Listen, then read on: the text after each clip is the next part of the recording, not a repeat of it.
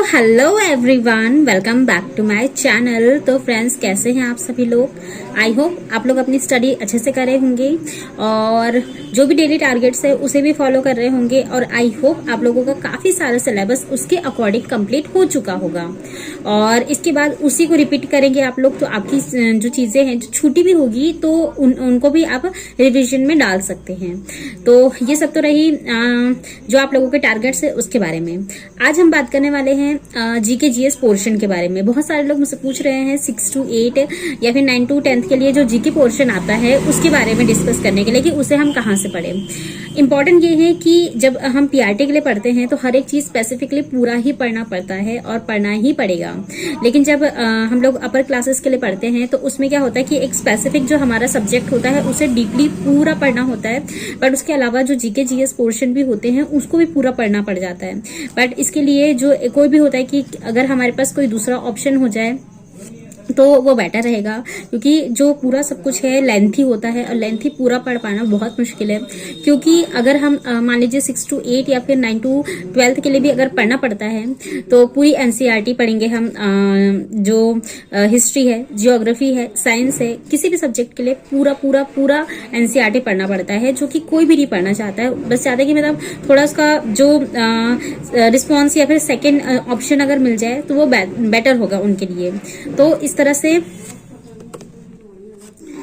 तो इसके लिए अब हम क्या करें? तो देखिए, मैंने आपको कई बार बताया है जो एनसीईआरटी सार संग्रह की बुक है, आप जीके जीएस के लिए उसे पढ़ सकते हैं।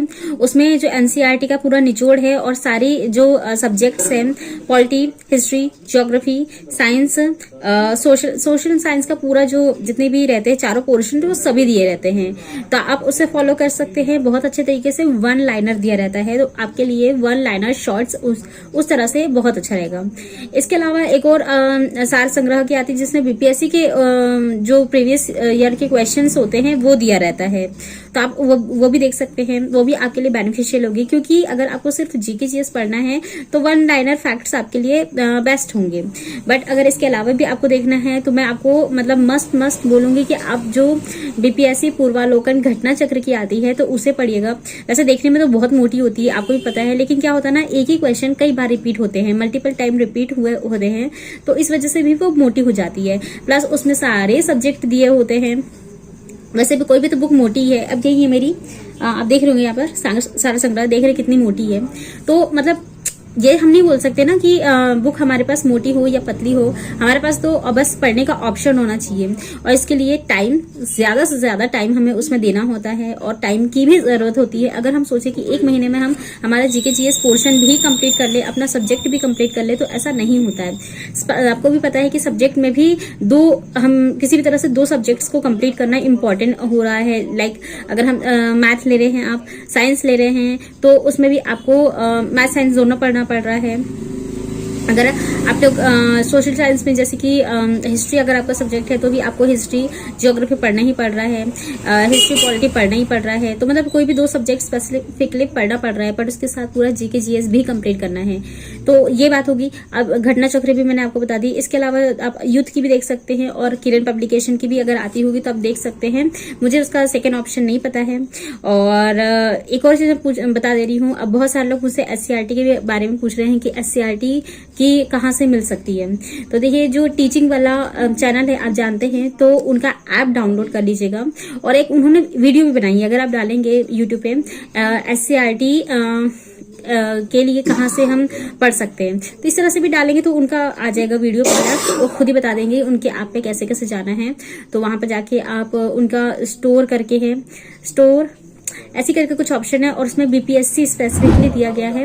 बीपीएससी करके एक ऑप्शन है, मतलब बहुत पुराना हो गया इसलिए मैं अभी ठीक से नहीं बता पा रही हूँ, लेकिन हाँ, आप एक बार जाके देख लीजिएगा उनका वीडियो, उसमें आप वो ठीक से बता देंगे। तो वहां से आपको पूरी एनसीईआरटी का मिल जाएगा।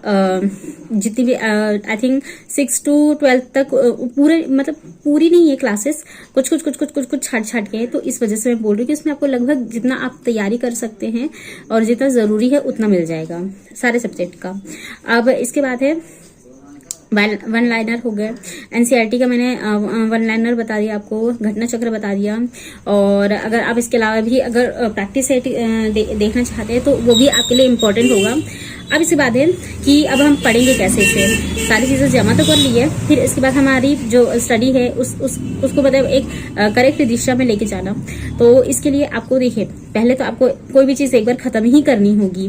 अगर आप उसे डीपली पढ़े या ऐसे रफली पढ़े या फिर कैसे भी पढ़े, एक बार खत्म करना होगा। अब अगर सोचे कि अगर आप एक बार पढ़े और वो आपको अच्छे से याद हो जाए, तो ऐसा कुछ नहीं होने वाला। ऐसा कोई तरीका ही नहीं है कि आप एक बार पढ़े और वो आपको एकदम माइंड में अच्छे से याद हो जाए, नहीं, बिल्कुल नहीं है। आपको एक बार पढ़ना होगा, फिर उसको सेकंड बार भी पढ़ना होगा, थर्ड बार पढ़ेंगे तभी आपको वो चीज क्लियर होगी। आपने देखा होगा कभी भी स्कूल में एग्जाम होते थे तो पहले हाफ ईयरली होता था, फिर क्वार्टरली होता था, फिर फाइनल होता था। इस तरह से हम तिमाही, छमाही, फाइनल ऐसे 3 बार एग्जाम देके जब हम तीसरी बार एग्जाम देते थे तो हमें जो सबसे पहले वाले में हमने पढ़ा होता था तो हमें और अच्छे से याद होता था। अगर जो बच्चा नहीं ज्यादा पढ़ता हो उनके लिए बता रही हूँ, तो वो चीज हमें तीसरी बार में अच्छे से याद हो जाती थी और समझ भी आ जाती थी। लेकिन वही है कि हम पढ़ते नहीं है। तो इस तरह से आपको कोई भी चीज लगभग आपको 3 बार आप ऐसे भी कर सकते हैं। 7-7 दिन मतलब हफ्ते का लेके चलिए। 7 एक बार पढ़ लीजिए, 7 दिन, दूनी 14, दूसरे हफ्ते में एक बार पढ़ लीजिए और उसे फिर तीसरे हफ्ते में 21 दिन। कहा जाता है कि 21 दिन अगर आप कोई भी चीज को फॉलो करते हैं तो आपके दिमाग में छप जाती है। तो इस तरह से अगर आप 7 दिन उसे एक शेड्यूल में मतलब चेंज करते हैं, फिर दूसरे 7 दिनों में उसे पढ़ते हैं, फिर तीसरे 7 दिन में पढ़ते हैं, तो कहीं ना कहीं वो आपके दिमाग में बैठ जाती है। तो इस तरह से इसे एक रूटीन में एक बार फॉलो करके देखिए। इसके अलावा अगर जीके जीएस का पोर्शन आपको कहीं और से पढ़ना है तो आपको पता है टीचिंग परीक्षा जिसमें दानिश सर है, वो पूरा सिर्फ जीके जीएस का ही पोर्शन पढ़ाते हैं। उनके ऐप में भी आप देखेंगे तो वो जीके जीएस का ही पोर्शन देते हैं। तो इस तरह से आप वहां से भी फॉलो कर सकते हैं। यूट्यूब पे भी बहुत सारी क्लासेस पड़ी हुई है, आप वहां से भी देख सकते हैं। बस इंपॉर्टेंट ये है कि आपको कुछ भी पढ़ना है तो वो सेल्फ स्टडी से ही पढ़ना है। यूट्यूब पे भी बहुत सारी चीजें अवेलेबल होती है, कुछ सही होती है, कुछ मतलब मिसलीड भी होती है।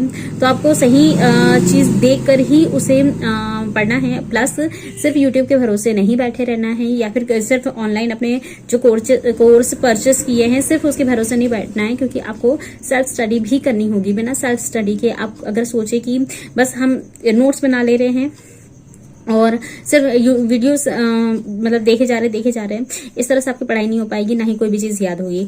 अगर आपके 1, 2, 3 नंबर कम हो जा रहे हैं, या फिर बहुत से, जैसे मैंने खुद भी कहा कि मेरे लगभग 6-7 क्वेश्चन आते हुए से गलत हो गए। सबका ऐसा हुआ है, वो इसीलिए क्योंकि हमें कोई भी चीज क्या ठीक से याद नहीं रहती है।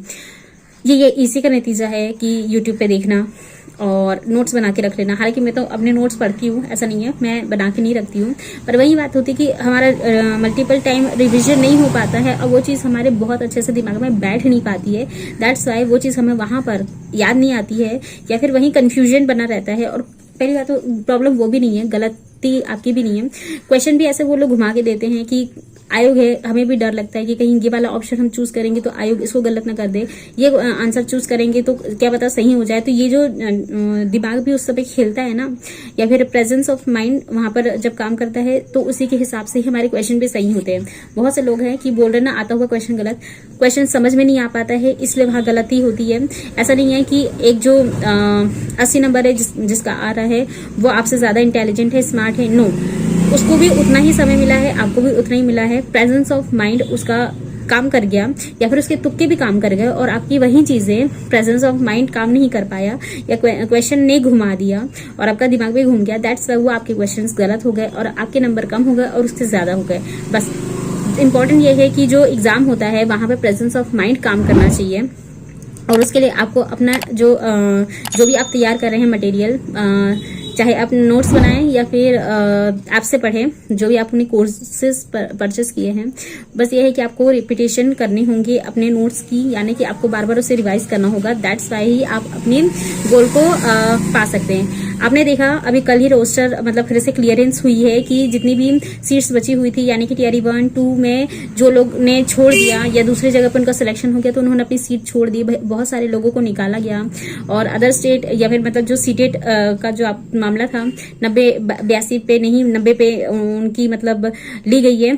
तो बहुत सारे लोग 90 से कम थे, तो उन्हें भी निकाला जा रहा है, तो उनकी भी सीट वैकेंट हो रही है। तो उसे टीआरई 4 में ना जोड़ के, जैसे कल भी दानिश सर ने भी बताया था कि जो टीआरई 4 में उन्हीं लोगों को मतलब होगा जो वैकेंट सीट बनेगी या न्यू वैकेंसीज आएगी, वो जो रिटायरमेंट्स हो रहे हैं वो उस तरह से नई वैकेंसी क्रिएट होगी, तब उसे टीआरई 4 के लिए बनाया जाएगा। बाकी जो अभी जितने भी लोगों को निकाला जा रहा है, जो खुद निकले भी हैं, तो वो जो बची हुई है वैकेंसीज वो टीआरई 3 में जोड़ेगी, यानी कि सीट्स इसमें ज्यादा हो रही है। और होप सो कि इसका कट ऑफ कम जाए और बहुत सारे लोगों का सिलेक्शन होए। और सबसे बड़ी बात है कि जेन्युइन तरीके से ये लोग सही तरीके से डीवी कराए और जितने भी फिर वहीं छटाई करके गलत लोगों को निकाल दे और जेन्युइन कैंडिडेट को ही मौका मिले। और जो भी जिस तरह से भी सिलेक्शन ले रहा है गलत तरीके से, उन्हें बहुत इस बार कुछ भी मतलब करके, जैसे अभी बहुत सारी चीजें ये लोग भी कर रहे हैं, सुधार कर रहे हैं, इसमें भी सुधार करके जेन्युइन कैंडिडेट्स को और पूरी सीट पर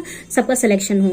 इसके लिए भी मुहिम अगर चलाई जाएगी तो आप लोग बिल्कुल सपोर्ट कीजिएगा, खुद के लिए खड़ा होइएगा, ना कि दूसरों के लिए। और इसमें आवाज भी उठाइए और जो यहाँ पर आवाज उठा रहा है उसका साथ भी दीजिए। खैर, ये सारी बातें हो गई आज जीके जीएस के लिए। अगर कोई क्वेश्चन होता है, डाउट होता है, तो आप मुझसे कमेंट बॉक्स में पूछ सकते हैं। इसके अलावा कोई भी अगर आपके टॉपिक्स होंगे कि इस पे वीडियो बनाने के लिए, तो वो आप मुझे बता दीजिएगा, मैं अपने नेक्स्ट वीडियो में उसे लेकर आऊंगी। खैर, आज के लिए बस इतना ही, मिलते हैं मेरे नेक्स्ट वीडियो में। Till then stay happy, stay healthy, bye.